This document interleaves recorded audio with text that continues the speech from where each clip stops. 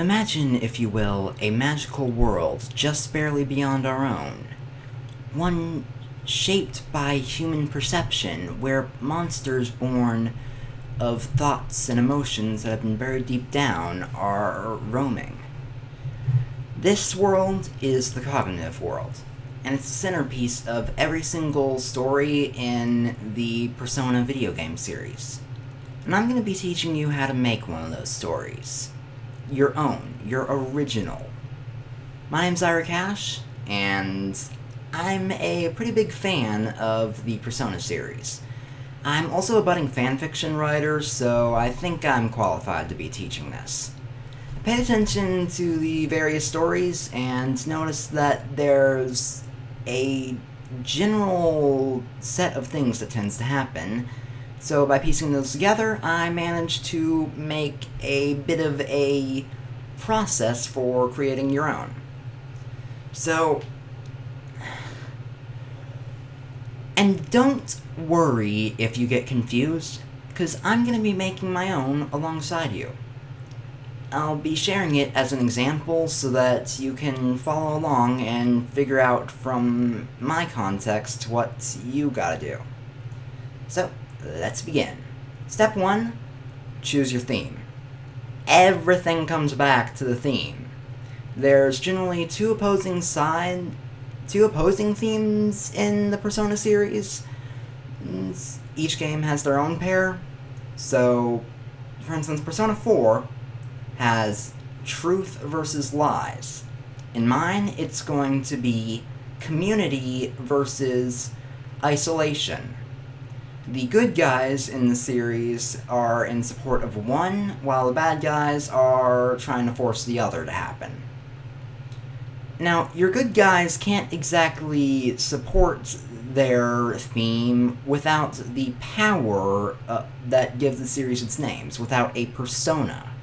Persona is basically the mystical manifestation of your true inner self, and it takes the form of various figures from history or mythology or whatnot. Like, Persona 3 has Greek mythology. I'm going to be using Norse mythology as the origins because they're all a big family generally, and that ties in pretty well with the community aspect of my themes. Of course, you need your setting. It's divided into two parts, the real world and the cognitive world. The real world is just one city, like Tokyo in Persona 5. I'm probably going to use Kyoto just because I think that would be cool. And then the cognitive world is weirdness.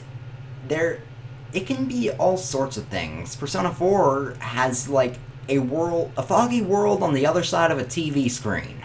So it can be all sorts of crazy stuff. I'm going with Yggdrasil, the world tree from Norse mythology. It connects everyone together, forming a better sense of community. And of course, there's characters that you have to deal with as well. There are the persona-using team, there's the supporting characters, and the antagonistic characters. The main character, leader of the Persona team in my story, is going to be a foreign exchange student from Germany because well, for one, I want to use the funny German words, and two, he would struggle a lot with the isolation because people judge Germans a bit unfairly, honestly. The antagonists are going to be the dragon down at the bottom chewing through the roots of Yggdrasil, the giant eagle up at the top whose wing flapping shakes the branches, and the squirrel scampering around on those branches who's telling lies and dividing everyone up. Once you've got your characters and your setting figured out, you need to have plot checkpoints. These are big moments that keep the story moving. They'll give you various In the first half of the story, the plot checkpoints typically give you new teammates, and in the second half, you start learning more about what's going on behind the scenes. So, with my story, the characters would be figuring out in the second half that, okay, so these are the big issues. This is why Yggdrasil is dying. Once all of that's figured out, you can put stuff together. So, basically, godlike entity from Cognitive World is trying to screw over humanity. It's focused in the town where the main character just moved to for their second year of high school. The main character, plus some friends, wind up stumbling into the Cognitive World, awaken personas, and decide, we're gonna keep exploring. Throughout the year, they've got to balance their adventures in the Cognitive World with daily life stuff like school or part-time jobs.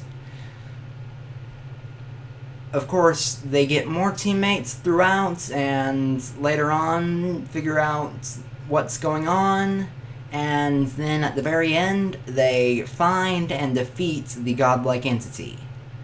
And once you've slipped all the stuff that you've already figured out into that little outline, you've got the basics of your story. And that is how you do it. Have a good day.